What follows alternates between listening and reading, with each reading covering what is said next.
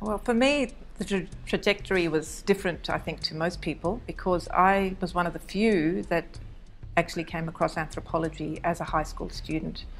We happened to have a very enlightened student careers counsellor attend our school, and he became aware that I had lived in Papua New Guinea as a child, growing up with my parents working there, and he had an understanding of anthropology.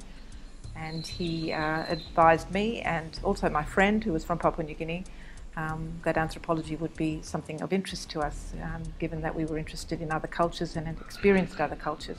So I'd already heard of anthropology, and in fact I specifically went to university to study anthropology. It was a choice I made. It wasn't a choice my parents approved of. They thought that, you needed to become a doctor or a lawyer, you had to have a proper job, and they couldn't see where anthropology would take me. But I insisted that, I wanted to do anthropology, and I thought it was important to follow my passions rather than be forced into something that I didn't particularly think I wanted to do, even though medicine did attract me for a while. So I went with my heart. I never ever thought about what job I might get.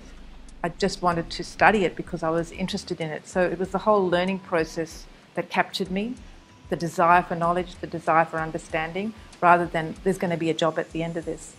Of course, all of us are very much interested in, our own histories, our own selves. When I went off, my first sort of research degree after I finished honours in anthropology was in fact to go back to my own roots, and I went and did a master's degree looking at Sri Lanka because that's where my mum comes from, and so I looked at issues of ethnicity in Sri Lanka. Currently, I'm writing a book about the life of a woman from Papua New Guinea. She grew up in the highlands of Papua New Guinea, and we actually also went to school together, part of our high school years. She is the daughter of one of the first white explorers into the Highland valleys, and a Highland woman. So I'm writing her life story. And it's a personal it's a memoir, partly based on her own words. She's passed away now, but also partly based on interviews and field research that I do up in Mount Hagen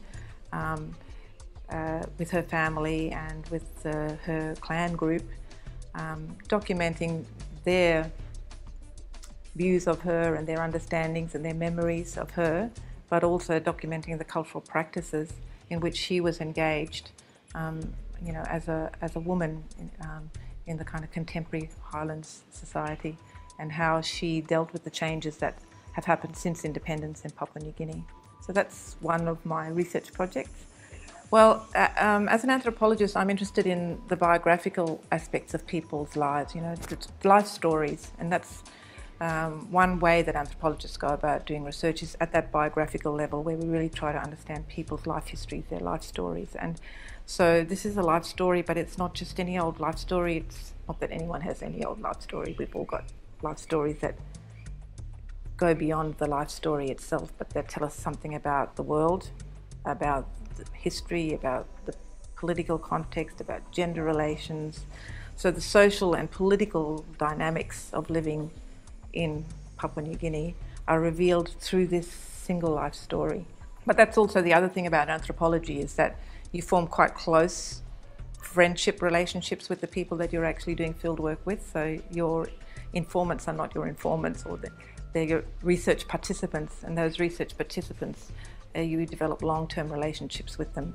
So many anthropologists work with the same groups or same families, all their lives.